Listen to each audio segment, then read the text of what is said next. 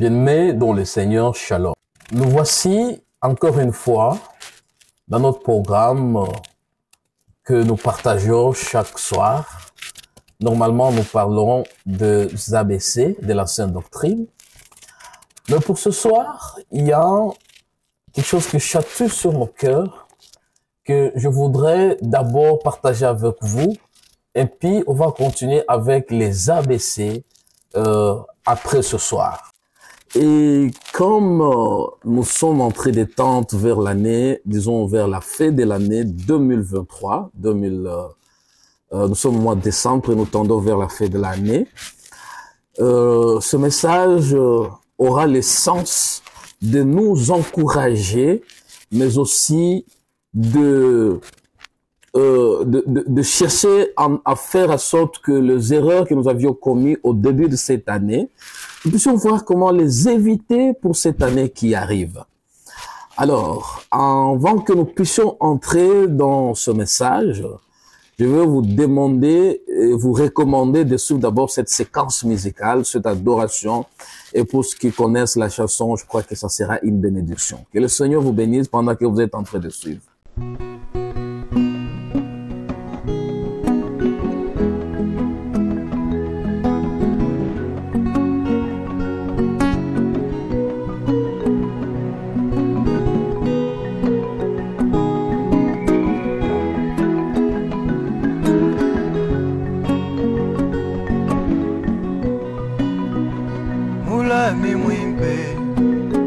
Zambi wa jinanga mulami mwimpe singwewe Yesu mwimpe we mulami mwimpe hey mwimpa Zambi wa jinanga mulami mwimpe mulami we siwewa Yesu hey mwimpe we mulami mwimpe mwimpa Zambi wa jinanga mulami mwimpe mulami we siwewa Yesu muluma mwakane mulami mwimpe we Zambi wa jinanga mulami mwimpe mulami we siwewa Yesu wakananga Nzambi wanyi wakankeba wewe kumbigile ujijebe mwimpe we mulami mwimpe mwimpa Zambi wa jinanga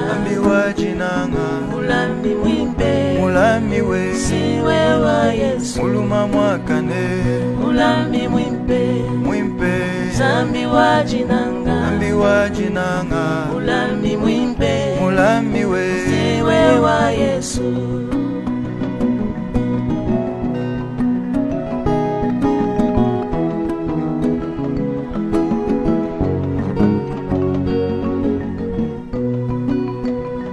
Zambi wanyi wewa kuimula machimenga senteji yonso ijila la tuluchana na mwakane mulami mwimpe hey mwimpa ye Zambi wa jinanga mulami mwimpe mulami we siwewa Yesu muluma mwakane mulami mwimpe Zambi wa jinanga mulami mwimpe mulami we siwewa Yesu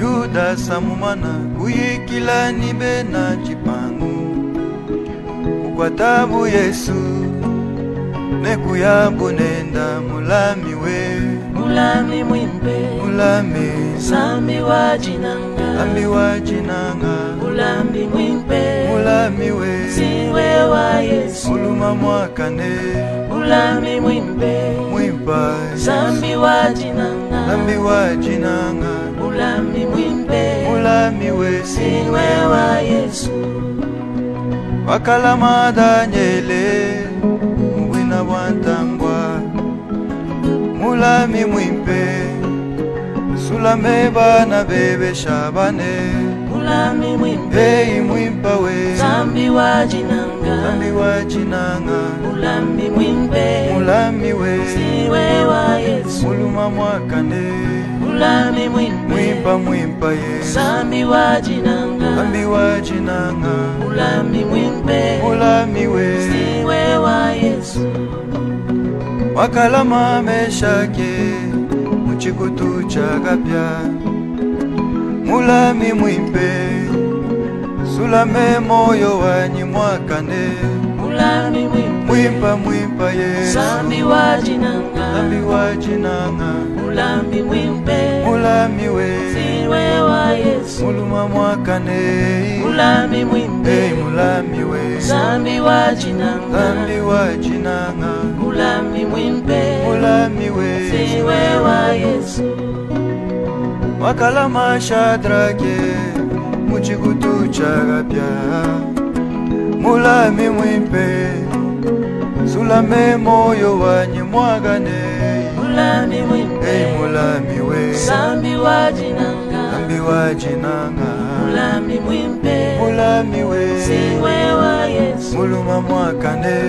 Mulami mwimpe Mulami Zambi wachinanga Yesu wachinanga Mulami mwimpe Mulami we Siwe wa Yesu Mulami mwimpa we Mulami mwimpe Mulami mwimpa we Zambi wachinanga Yesu wachinanga Mulami mwimpe Mulami we Siwe wa Yesu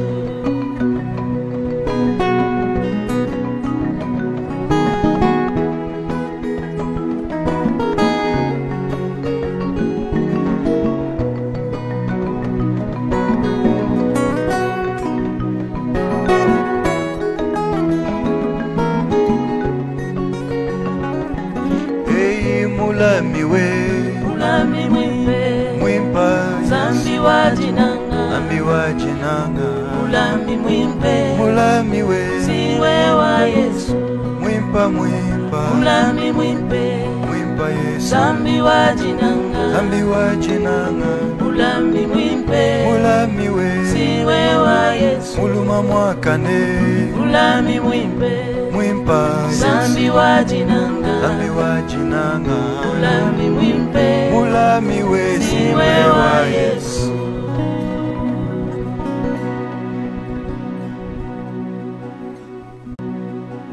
Nous voici encore une fois dans notre programme que nous partageons chaque soir. Normalement, nous parlons des ABC, de l'ancienne doctrine. Mais pour ce soir, il y a quelque chose qui chatouille sur mon cœur que je voudrais d'abord partager avec vous. Et puis, on va continuer avec les ABC après ce soir.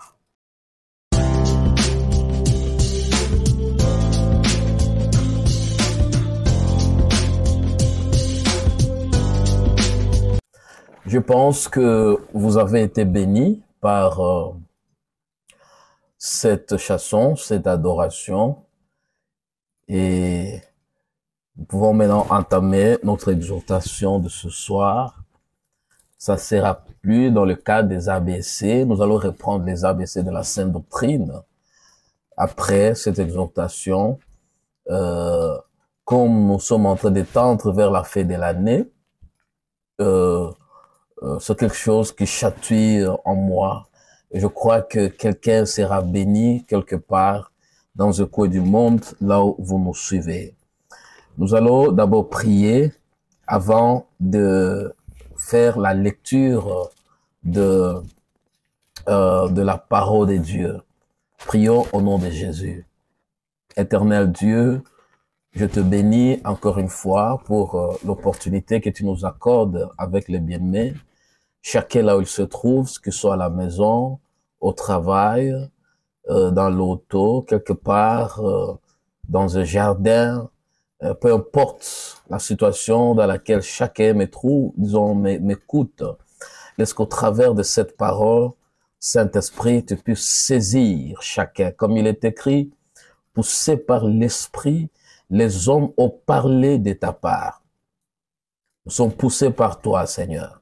Viens encourager ce cœur brisé, cette personne qui a eu beaucoup de promesses, qui a marché d'une certaine façon, Il commence à douter de ta présence, de ta manifestation dans sa vie. Est-ce qu'au travers de ce message, chacun sache s'il est dans sa position? Oui, et que ce qui a le cœur brisé soit consolé. La Bible dit, et quand ils étaient dans la détresse, tu envoyais la parole pour les guérir. Laisse ceux qui sont dans des détresses soient guéris par toi. Au nom de Jésus. Amen. Nous allons faire beaucoup de lectures ce soir. Nous allons d'abord commencer notre exhortation avec les livres de Matthieu. Nous allons parler de quelque chose, comme je le disais tantôt, qui est en train de chatouiller sur mon cœur. Nous sommes en train de tendre vers la fin de l'année. Je ne sais pas les promesses que tu avais au début de cette année 2023.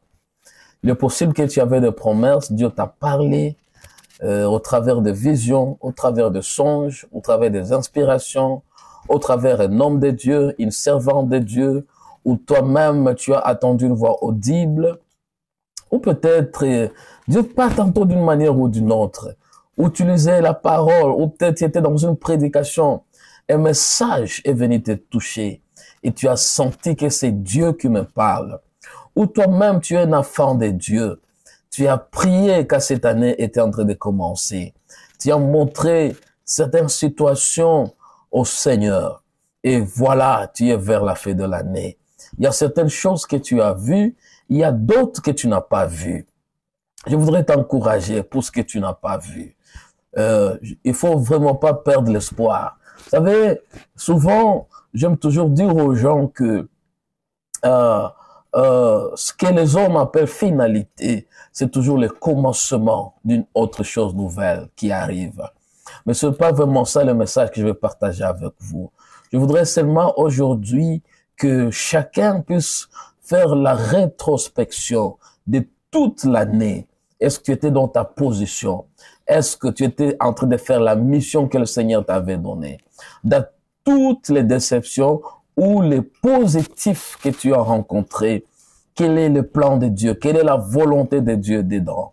Et pour préparer cette année 2024 qui va bientôt commencer dans quelques semaines, comment tu vas préparer cette année 2024? Ici, nous allons parler de l'histoire d'un homme que Jésus lui-même est en train de témoigner.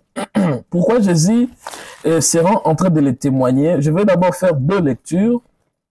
Je vais commencer dans Matthieu chapitre 11. Matthieu chapitre 11, je vais faire... je vais lire les versets. Je peux commencer au verset 1er et on va descendre.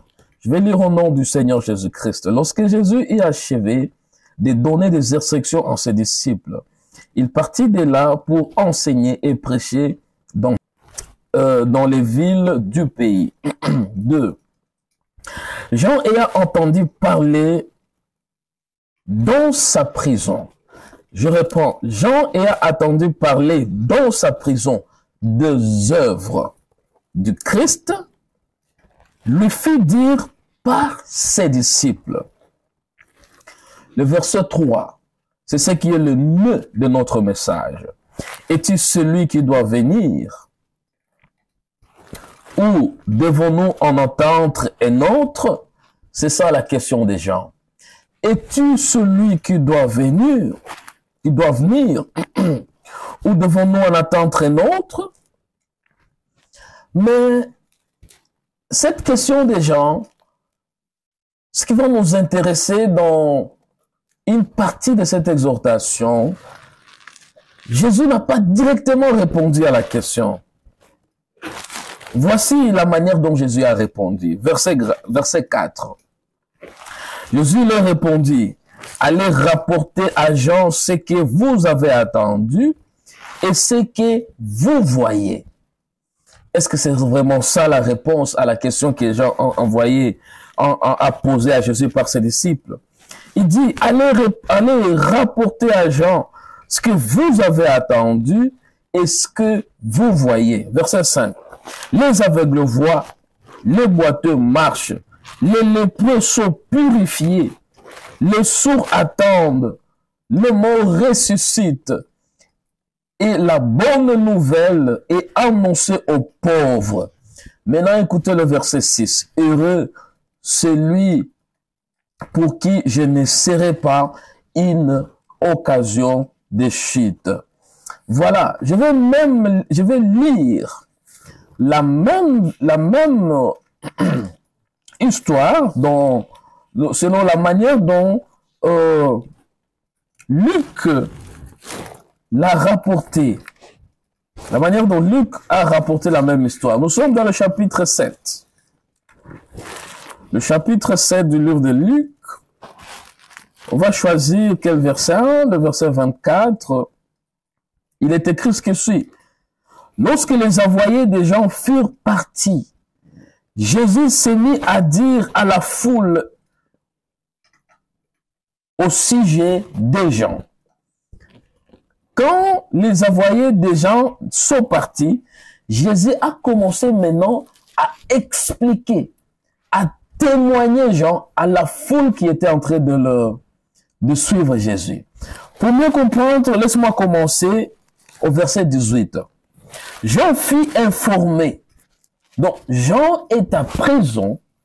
Il a eu l'information de toutes ces choses par ses disciples. C'est-à-dire, les disciples de Jean à prison, Jean recevait les informations au travers ses disciples. Donc, Jean avait des disciples qui pouvaient venir rapporter à Jean ce que Jésus est en train de faire là-dehors. Verset 19. Il en appela deux, donc Jean en appela deux de ses disciples, et les envoya maintenant vers Jésus pour lui dire, es-tu celui qui doit venir, ou devons-nous en attendre un autre?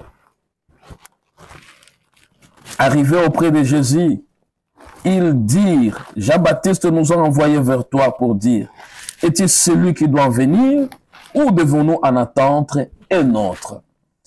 À l'heure même, Jésus guérit plusieurs personnes. Jésus a attendu la question des gens. Au lieu de répondre directement, il commence maintenant à guérir plusieurs personnes. Plusieurs maladies, d'infirmités et d'esprits malins. Et il rendit la vue à plusieurs aveugles. Maintenant, après, au verset 22, et il leur répondit. Après avoir fait cela, allez rapporter à Jean ce que vous avez vu et attendu. Les aveugles voient. Le boiteux marche, les lépreux sont purifiés, les sourds attendent, les morts ressuscitent, la bonne nouvelle est annoncée aux pauvres. Heureux celui pour qui je ne serai pas une occasion de chute. La même phrase que Matthieu a repris, Luc reprend la même phrase. Donc c'est très important cette phrase ici. Mais ce qui m'inquiète dans cette lecture, c'est quoi? Ce n'est vraiment pas la question que Jean pose. Qui est Jean? Nous allons comprendre ces gens. Les gens dont je parle ici, c'est Jean-Baptiste. Celui qui a été envoyé pour préparer le chemin du Seigneur. Celui qui criait dans le désert. Celui dont Malachie avait parlé au chapitre 3. Que j'enverrai Élie le prophète devant toi. C'est celui-là qui pose la question. Le message de ce soir est adressé à ces enfants de Dieu. Tu as goûté le Seigneur, tu as prié, tu as cru au Seigneur, tu as commencé l'année avec Dieu. Mais il peut t'arriver un moment de ta vie, tu poses une question. Tu es un homme de Dieu, tu es un pasteur. Tu es, je ne sais pas à quelle position, tu es dans la chorale, tu sers le Seigneur. Mais tu te retrouves dans une situation, tu poses la question, est-ce que Jésus est avec moi? Est-ce qu'il a attendu mes prières? C'est ce qui importune dans cette question. Souvent, nous lisons cette écriture et nous passons comme ça. Beaucoup de pasteurs, nous avons prêché et enseigné cette écriture. Mais nous ne voyons pas les profondeurs qui sont cachées dans cette écriture. Si nous portons le cœur des gens, celui qui a baptisé Jésus, mais après avoir baptisé Jésus, il a aussi reçu un témoignage du ciel parce que l'Esprit lui avait dit, celui sur qui tu verras l'Esprit descendre sous forme d'une colombe, c'est celui-là. Et il a témoigné Jésus. Ah, la mission de Jean-Baptiste, la vision et la mission qu'il avait sur Jésus, c'était de préparer le monde entier, les gens qui l'écoutaient, lui qui est la voix qui criait dans les déserts, lui qui est Élie le prophète. Il a bien exercé sa mission. Mais à un moment comme ça, il se retrouve à prison. À d'autres termes, si je pouvais entrer dans la pensée des gens, celui dont je préparais le chemin, celui dont je fais des grands témoignages, celui dont je parlais qu'il est puissant, je ne suis pas digne de délier les courants de ses sandales, celui dont j'ai dit, il va vous baptiser d'esprit, car moi je vous baptise d'eau, mais lui vous baptisera de feu et d'esprit. Celui dont je dis des bons témoignages, mais voilà, je suis à prison. Il ne dit rien. Il ne parle même pas de moi. Parce que ses disciples venaient rapporter ce que Jésus faisait. C'est-à-dire les enseignements de Jésus, les miracles de Jésus. Et j'ai décidé que non, peut-être, il va s'intéresser à moi. La question des gens, il a douté. Est-ce que c'est lui? Est-ce que c'est lui ce que j'ai témoigné? Bien-aimé dans le Seigneur, peut-être il t'est arrivé un moment de cette année, tu as fait des doutes, le Seigneur que tu as prêché. Je me souviens un moment, plusieurs fois je prie pour des gens et ils sont guéris. Et il y a quelqu'un qui était malade. C'est vrai, c'est une longue histoire, on était dans la prière, après un certain moment, on devait prier pour le malade dans la prière, mais elle est venue, elle est sortie, elle a commencé la maladie là-bas. Une maladie qui avait pris beaucoup de temps. On avait eu le temps de prier pour elle.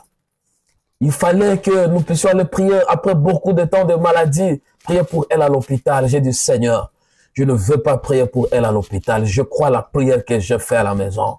Et maintenant, je vais à l'hôpital pour prier seulement, faire qu'elle retourne. Je vais la prêcher et l'enseigner de ne plus fuir l'église.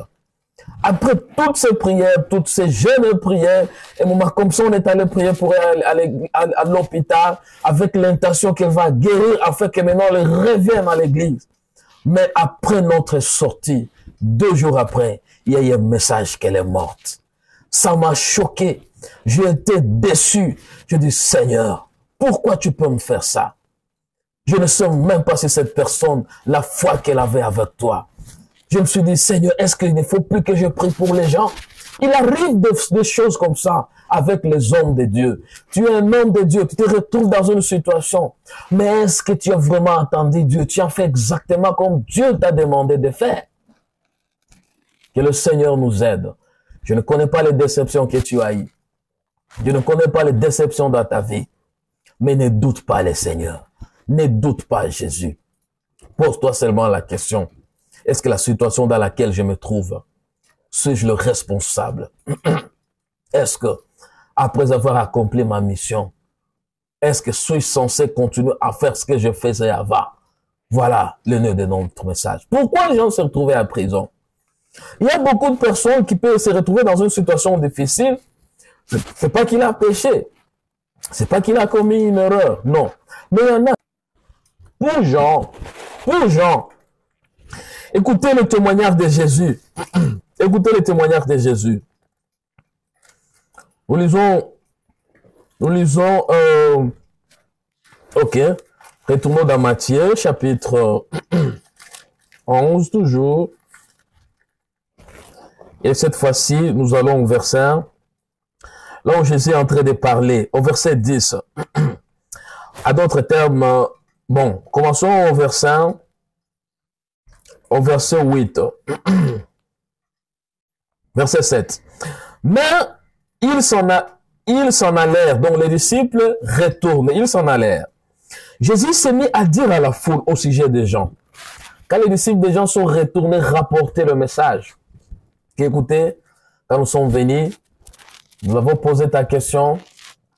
Alors, avant de nous répondre, il a guéri beaucoup de malades, ainsi de suite. Là, fait des miracles et nous a demandé de venir te rapporter. C'est parce que c'est un message. Je vais vous donner pourquoi, les raisons pour lesquelles Jésus a répondu comme ça à Jean.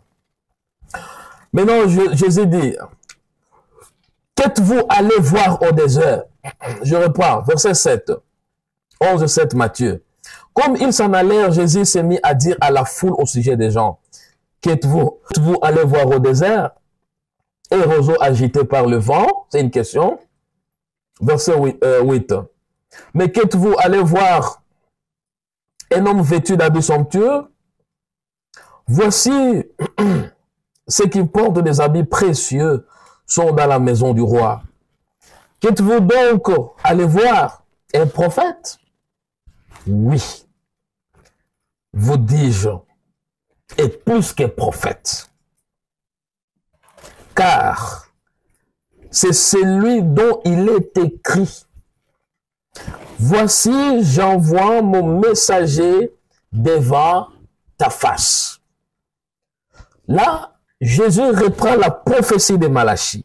Voici, j'envoie mon messager devant ta face pour préparer ton chemin devant toi.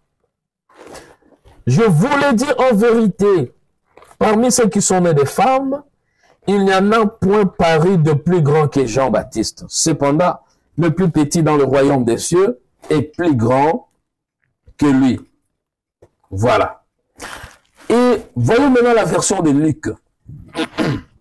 Je voudrais marcher avec Luc et Jean. Nous sommes au chapitre 7, au verset 20 quelques là-bas. 24.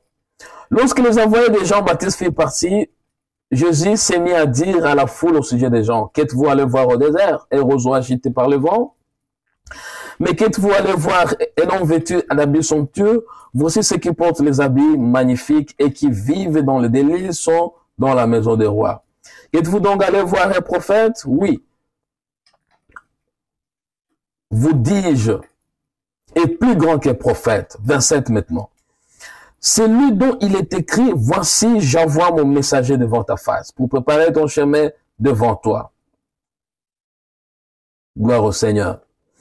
Vous voyez la façon dont Luc reprend la même histoire, c'est de la même façon dont Matthieu reprend la même histoire. Vous savez, les 4 évangiles, Matthieu, Marc, Luc et Jean, souvent, ils peuvent reprendre la même chose différemment. Ils peuvent reprendre la même chose différemment parce que chaque auteur était en train d'écrire à un peuple qui est différent de notre peuple. Et une certaine catégorie des gens qui n'ont pas la même compréhension, qui n'ont pas la même façon de comprendre les choses. C'est par exemple Luc. Il était normalement en train d'adresser sa lettre, ses écrits à Théophile, parce que c'est lui qui avait écrit même les Actes des Apôtres. Parce que quand tu commences le début des Actes des Apôtres, quand il dit que la première lettre que je t'avais écrite, je dis ceci, donc la première, en fait, dans mes premiers récits. C'est-à-dire, alors quand il y a une histoire qui est reprise de la même façon, il faut faire beaucoup attention. Il faut vraiment faire beaucoup attention. Il faut faire beaucoup d'accent sur cette histoire. Je vais vous donner les raisons qui ont amené Jésus à insister sur le miracle au lieu de répondre directement aux disciples des gens. Mais Jésus a insisté qu'ils puissent voir ce qu'il est en train de réaliser, ce qu'il est en train de faire. Il dit, l'évangile, la bonne nouvelle est en train d'être annoncée, les aveugles sont en train de voir, les boiteux sont en train de marcher, et les paralytiques marchent, ainsi de suite, ainsi de suite. Il a insisté sur ça. Et puis il a dit, allez rapporter maintenant cela à Jean. Nous allons vous dire pourquoi il a insisté à ça. Mais ce que je suis en train de faire vraiment beaucoup de focus, c'est que il faut que chacun sache ce à quoi Dieu l'a appelé. Et maintenant, après avoir dit aux disciples de Jean d'aller rapporter cela à Jean. Le Seigneur maintenant, voici le témoignage que lui-même a rendu à Jean. Je m'excuse, je vais continuer avec la même lecture. Au lieu de reprendre toute la lecture, voici ce que Jésus dit. Cette fois-ci, je continue, je retourne dans Matthieu 11. Je continue avec les paroles du Seigneur Jésus-Christ. On va continuer à partir du verset 12, mais je cherche le verset 14. Voici ce que dit le verset 12. Depuis le temps de Jean-Baptiste jusqu'à présent, le royaume des cieux est forcé. Et ce sont les violents qui s'en emparent. Car tous les prophètes de la loi ont prophétisé jusqu'à Jean. Verset 14. Et si vous voulez comprendre, voici maintenant ce que Jésus, ce qui m'intéresse. Et si vous voulez comprendre, c'est lui qui est Élie qui devait venir. Je reprends. Et si vous voulez le comprendre, c'est lui qui est Élie qui devait venir. Que celui qui a des oreilles pour attendre, attende. Voilà. Que celui qui a des oreilles pour attendre, puisse attendre. En d'autres termes, comme Jean, qui était supposé être le premier disciple de Jésus, après avoir préparé la venue du Seigneur, par cette analogie que j'aime donner, et j'ai donné tantôt dans ces enseignements, je suis gouverneur, et le président de la République arrive, ou je suis maire de ville, et le gouverneur arrive, et le premier ministre de la province arrive. Je préparais sa venue, je dis aux gens de préparer, et lui il est là, je continue à circuler dans les villages. Ça n'aura pas de sens. C'est comme si je ne respecte pas son honneur. Je vais vous expliquer plus tard quand on va y arriver. Je vais vous expliquer plus tard. Il y a des fois où on se retrouve dans des moments difficiles. Lui étant Élie le prophète, qui préparait la venue de Jésus, et Jésus est déjà là, mais il continue avec sa mission, il continue avec son travail. Il est arrivé à un moment, il est allé donner une certaine prophétie qui lui a valu qu'on lui coupe la tête, d'abord qu'il soit emprisonné. Alors Jésus lui reprend ce même message pour qu'il comprenne qui il est réellement. Même si tu as raté l'épisode où tu m'as témoigné, maintenant je te dis qui je suis réellement, au-delà d'être le Fils de Dieu, donc les dieux, les grands dieux des cieux et de la terre, qui avaient pris la chair pour venir nous sauver, au-delà d'être le Fils de Dieu, voici ce qui se passe. Pourquoi le Seigneur Jésus-Christ, je m'excuse, lui répond au travers des miracles qui sont en train de s'accomplir. Ésaïe chapitre 35. Ésaïe chapitre 35, tu peux lire tout le chapitre s'il vous plaît à la maison, mais je vais choisir l'essentiel, on commence au verset 4. Dites à ceux qui ont le cœur troublé, prenez courage, ne craignez point. Voici votre Dieu, virgule. La vengeance viendra, virgule. La rétribution de Dieu, point virgule. Il viendra lui-même et vous sauvera. Dans le message des gens, Jésus est venu comme sauveur. Jésus est venu comme sauveur. Avant d'aller très loin, lisons un peu, retournons un peu dans Marc. Retournons un peu dans Marc. J'aime vraiment qu'on ait l'habitude de chaque fois vérifier les Écritures. Ça nous aide à avoir la compréhension. Le chapitre 1er. Voici le témoignage des gens. Moi, je vous ai baptisé d'eau. Lui, il vous baptisera du Saint-Esprit. Lui, commençons au verset 7.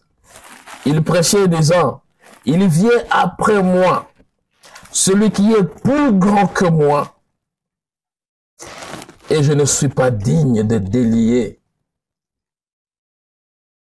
Et en me baissant la courroie de ses souliers. Gloire au Seigneur.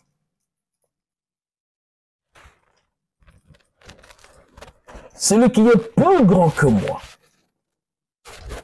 Si nous retournons au témoignage que Jean a rendu, et notre témoignage que Jean a rendu plus tard. Permettez-moi, ce n'est pas une perte de temps, que Jean a rendu plus tard, avant d'être emprisonné, à un de ses disciples. Je vais escamoter le verset, je vais chaque fois vous dire le verset que je lis, pour ne pas perdre le temps, parce que c'est le verset qu'on a lu. Chapitre 3, Jean. Or, il s'éleva de la part des disciples de Jean une dispute avec un juif touchant à la purification. Il y avait une dispute dans le ministère de Jean. Ils vinrent trouver Jésus. Je m'excuse, ils vinrent trouver Jean et lui dire, Rabbi, celui qui était avec toi au-delà du Jourdain et à qui tu as rendu témoignage. Voici, il baptise et tous vont à lui. Jean répondit, un homme ne peut recevoir que ce qui lui a été donné du ciel. Écoutez bien, c'est tout ce témoignage. Vous-même m'êtes témoin que je dis, je ne suis pas le Christ. À d'autres termes, celui-là dont tu parles, c'est le Christ. Je ne suis pas le Christ. Mais j'ai été envoyé devant lui. Gloire au Seigneur. Celui à qui appartient l'épouse, c'est l'époux. Donc cet homme-là, c'est l'époux. Mais l'ami de l'époux, qui s'est tué là et qui l'attend, éprouve une grande joie à cause de la voix de l'époux. Aussi cette joie qui est la mienne est parfaite. Il faut qu'il croisse et que je diminue. Celui qui vient d'en haut est au-dessus de tous. Celui qui est de la terre est de la terre. Et il parle comme étant de la terre. Celui qui vient du ciel est au-dessus de tous. Il rend témoignage, verset 32, de ce qu'il a vu et entendu, et personne ne reçoit son témoignage. Celui qui a reçu son témoignage a certifié que Dieu est vrai. Gloire au Seigneur. Car celui que Dieu a envoyé dit les paroles de Dieu, parce que Dieu ne lui a pas donné l'esprit avec mesure. Donc Jésus n'a pas d'esprit avec mesure. Quelque part l'Écriture nous dit, il a la plénitude de la divinité à lui. Le Père aime le Fils et il a remis toutes choses entre ses mains. Verset 36, celui qui croit au Fils a la vie éternelle. Celui qui ne croit pas au Fils ne verra point la vie, mais la colère de Dieu demeure en lui. Plus tard, Jean en fait ce témoignage. Mais pourquoi il est allé douter encore? À cause des souffrances qu'il lui a rencontrées dans l'exercice d'une mission qui devrait déjà s'arrêter parce qu'il devait être à côté de Jésus, avec Jésus. Tout ce témoignage, c'est-à-dire, le ministère des gens est en train de se vider. Les hommes sont en train d'aller vers Jésus. Il y a les gens qui étaient venus auprès de Jésus, des gens, ils ont créé des disputes, ainsi de suite, mais ils allaient voir ce que Jésus faisait, ils se sont dit, mais maître, celui-là a pris, c'était de notre à d'autres termes. Il a dit, non, lui c'est l'époux. Moi je suis l'ami de l'époux à d'autres termes, et ma joie est parfaite. Maintenant écoutez, avec tout ce témoignage, Et ce que Jésus a ajouté, c'est par là maintenant que je retourne là où j'étais en train de lire. Donc, il est en train de faire ça, il est ça, il est ça. Et Jésus lui répond par des miracles parce qu'il voulait que Jean comprenne qui il est réellement. Je reprends le verset 4 d'Ésaïe 35. Dites en ceux qui ont le cœur troublé, prenez courage, ne craignez point. Voici votre Dieu. Voici votre Dieu. À d'autres termes, les dieux, les grands dieux des cieux, voici. La vengeance viendra, la rétribution de Dieu. Il viendra lui-même et vous sauvera. Alors s'ouvriront les yeux des aveugles, s'ouvriront les oreilles de sourds. Alors les boiteux, ainsi de suite, tu peux descendre. Jésus répond comme ça à Jean, sachant que Jean étant le dernier des prophètes, il comprenait qui Jésus était. Il veut lui dire, je ne suis pas non seulement le Fils qui devait venir, mais je suis même l'Esprit qui habite dans ce corps, c'est-à-dire Dieu lui-même. Il est venu pour sauver, et voici ce qu'il va faire. Donc, pour faire ces choses, il voulait démontrer qui il est afin que les gens comprennent. Bien-aimé dans le Seigneur, ma prière pour toi est que ça ne soit pas vraiment tard quand tu te retrouves dans une situation difficile. Cette année 2023, tu as traversé des moments difficiles. Je te donnais un témoignage. Je n'ai pas écouté l'orientation de Dieu. Et il y a quelque chose qui s'est passé. Même certains hommes de Dieu, il y a certaines choses qui se passent dans nos églises, dans vos églises, dans votre ministère, parce que tu n'as pas bien écouté Dieu. Ou Dieu a envoyé quelqu'un vers toi, mais tu n'as pas su connaître les temps de Dieu. Ou Dieu t'a donné un certain repos pour qu'il y ait quelqu'un qui succède. Il y a beaucoup de choses dans ton église, dans ton ministère, dans ton foyer, dans beaucoup de choses. Bien-aimé, ne sois pas comme Jean, afin de poser la question, est-ce que c'est réellement lui? Oui, c'est Dieu qui est avec toi. C'est Dieu qui marche avec toi. Mais sois dans un bon emploi, à un bon moment. Je veux prier pour toi, pour cette année qui est en train de finir. Que le Seigneur te pardonne. Si tu trouves un endroit où tu penses que tu t'es rencontré, tu t'es retrouvé dans une situation parce que tu n'as pas vraiment bien obéi ou discerné ce que Dieu te disait, tu peux te repentir, dire Seigneur, pardonne-moi. Sanctifie-moi et purifie-moi. Restaure ma vie spirituelle. Restaure mon ministère. Restaure ce que j'ai perdu. Que je ne perde pas la vie comme Jean. Mais pour cette année qui arrive, aide-moi à être attentif à ton orientation. Ouvre mon oreille. Ouvre mon oreille, Seigneur. Ouvre mon oreille. Si tu es dans les temps de maladie, je prie que la main de Dieu te touche là où tu te trouves.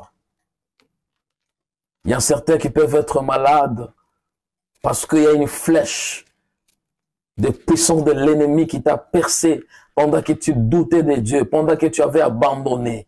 Comme tu es en train de te repentir maintenant, que la guérison pénètre ta chair, que la guérison pénètre ta vie, ton corps. C'est en toi qui sent mal. Quel que soit le nom de la maladie, sois guéri. Il y a une situation qui est arrivée dans ta maison, qui a détruit ton foyer, ou qui veut détruire ton foyer. Comme tu te répands maintenant, Seigneur, aie pitié, restaure ce foyer, restaure cette vie, restaure la foi, restaure ce travail. Et toi qui avais rétrogradé, tu voulais abandonner ou tu avais déjà abandonné. Tu peux dire, Seigneur, pardonne-moi, je reviens en toi. Restaure ma foi, restaure ma vie spirituelle. Au nom de Jésus. Tu veux donner ta vie à Jésus? Tu peux faire cette prière avec moi. Tu dis, Seigneur Jésus, pardonne-moi. mon péché du passé, ma vie de débauche, ma vie sans loi. Sanctifie-moi, le mal que je fais aux autres, pardonne-moi. Je te donne ma vie. Écris mon nom dans les livres de vie. Efface-le dans les livres de la mort. Aide-moi à marcher avec toi. Remplis-moi du Saint-Esprit. Au nom de Jésus, je suis sauvé. Oui, Seigneur. Je te prie, Seigneur, de bénir ce bien-aimé qui a donné sa vie à toi. De l'aider à marcher avec toi. Oui, tu as donné ta vie à Jésus, tu peux chercher une église. Là où on prêche la sainteté, là où on prêche la sainte doctrine, la pureté du cœur et la pureté du dehors. Et reçois le baptême au nom de Jésus pour le pardon de tes péchés et pour recevoir les dons du Saint-Esprit, car la promesse est pour toi et pour tes enfants. Que le Seigneur vous bénisse. Ne doute pas de Dieu. Shalom. Je te souhaite une bonne et meilleure année 2024 qui commence.